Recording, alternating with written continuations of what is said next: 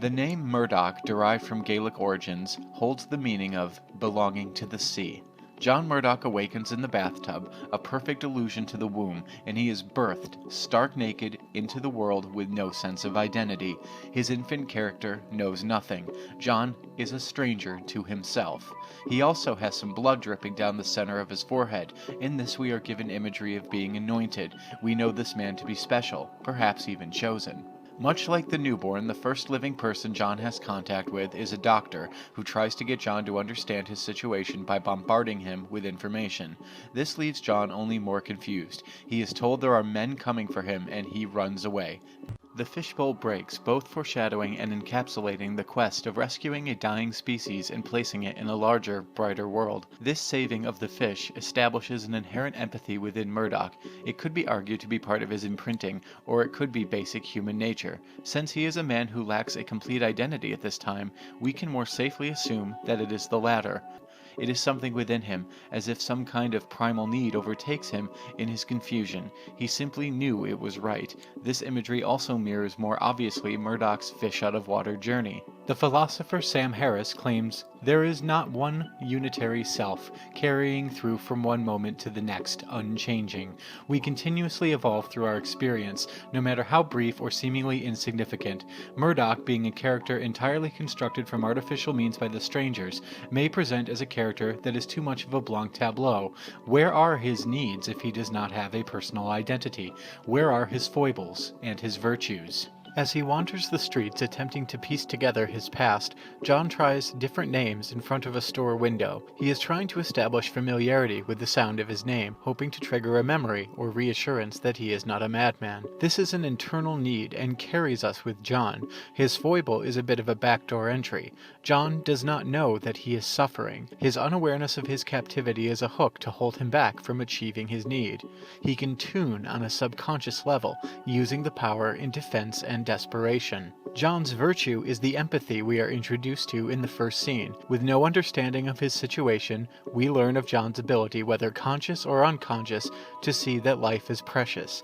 As he runs from the strangers who represent death, John discovers that it is his instincts, not his memories, that are keeping him alive. The experience of being a man with no sense of self lays a foundational level for John to build himself on. John, in fighting the strangers and defeating them, discovers the very thing the strangers spent an unknown period of time trying to unearth. Carl Jung called the unfulfilled life the road to death. John Murdoch eventually understands this when he chooses to make a world of vibrant, illuminate light and frees the citizens of Dark City from their lives of quiet desperation. If you find yourself in the presence of anybody calling the strangers of Dark City off-the-shelf movie villains, you need only to take a breath and step out of the situation, for these people cannot be reached.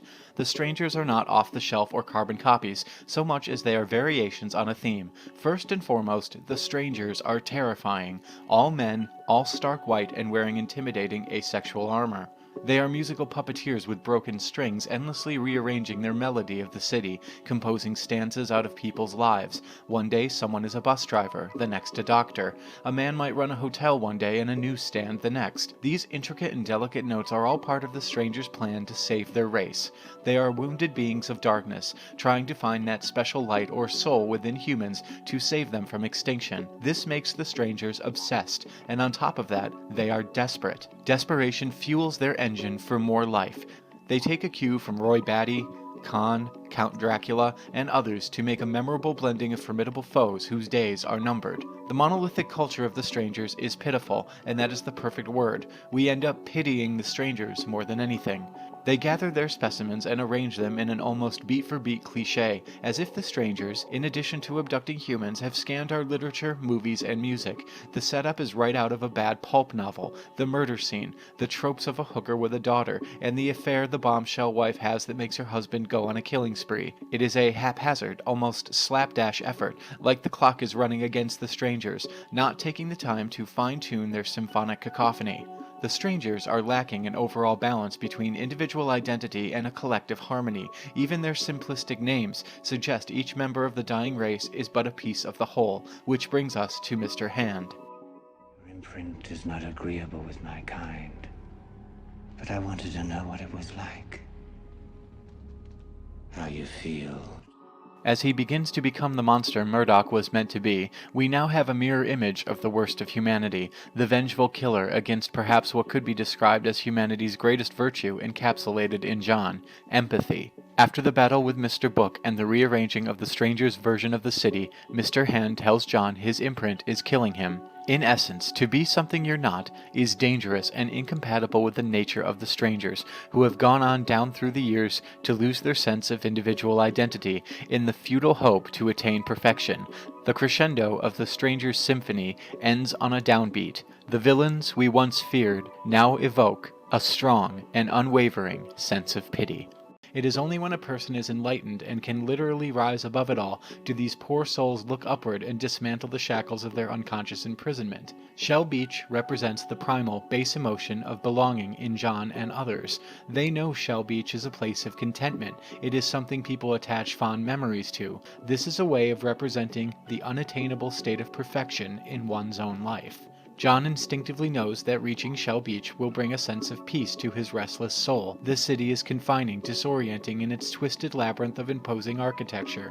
It is important to note that the drive, the compulsion, to reach Shell Beach is something the strangers imprinted into John along with his memories. John is supposedly from Shell Beach, even lost his family in a fire in that very place. Still, the compulsion for John to break the confines of his prison radiates and overpowers his doubt. John is on a spiritual quest.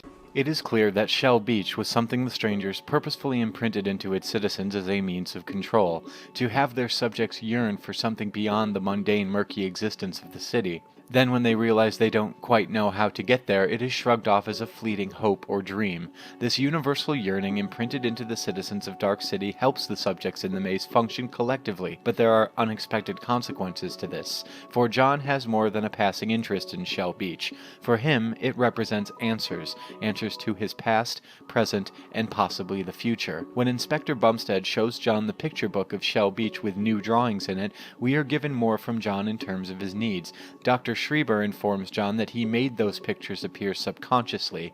The drive to reach the end of his spiritual quest led to John inadvertently writing or drawing a type of scripture about Shell Beach, making it more than just a prop used by the strangers.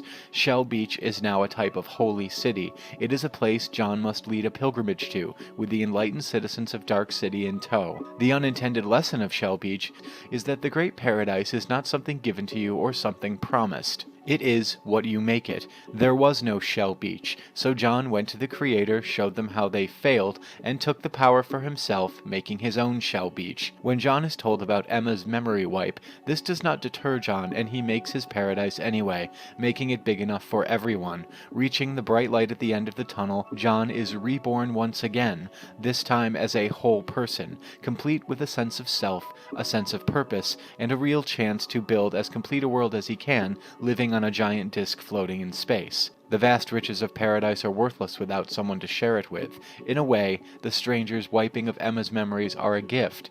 John can now have a real, authentic relationship with her, starting from scratch, and they can walk the same path to fulfillment together. What's your name? John Murdoch.